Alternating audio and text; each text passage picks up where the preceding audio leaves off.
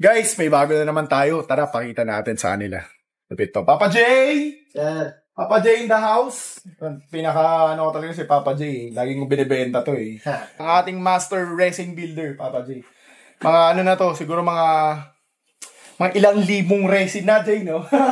Legit, gagawin din, legit. Oh. So guys, may bago tayo. Anong ano yan, Jay? Luffy, Monkey D. Luffy, Big Feeler. Big Feeler.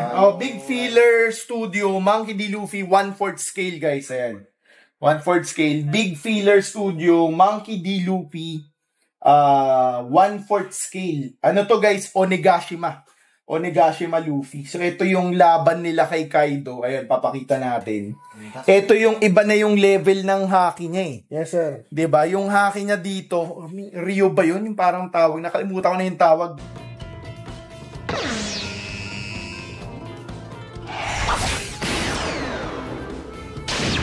Yung, ito yung ano eh, yung parang tatagos internally, parang ganun eh, no? So, yan. Yan yung parang may mga rose petals or sakura ba yun? Parang sakura, ano, effect, parang ganun.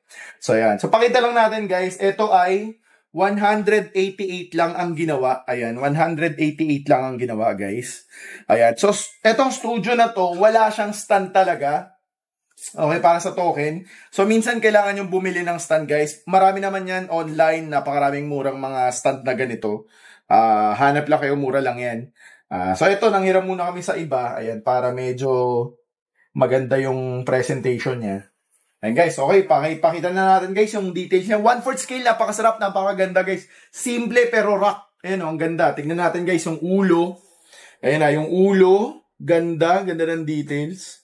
Ito guys, tignan nyo naman guys, yung ano, yung kanyang Mugiwara, yung straw hat, 1/4 scale, iba yung pagka-detail niya kasi ang laki eh. Mas kita mo kumpara mo doon sa maliit, diba? So yung inano ni Baggy. Konna boroboshi no dogo ga takara de. Ayan nandito, kitang-kita mo yung detail yan. Tapos yan yung kapa niya, yan, Onigashima outfit yan, syempre. Yung raid nila sa Onigashima.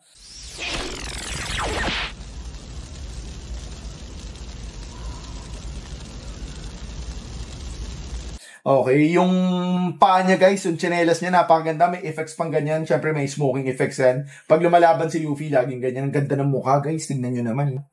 Napakaangas. Ganda. Tapos itong sa ano niya, straw hat niya, rope talaga. Ayan guys, so rope talaga. Ang ganda. Rope, ayun. Ang ganda. Tingnan mo naman, ang ganda.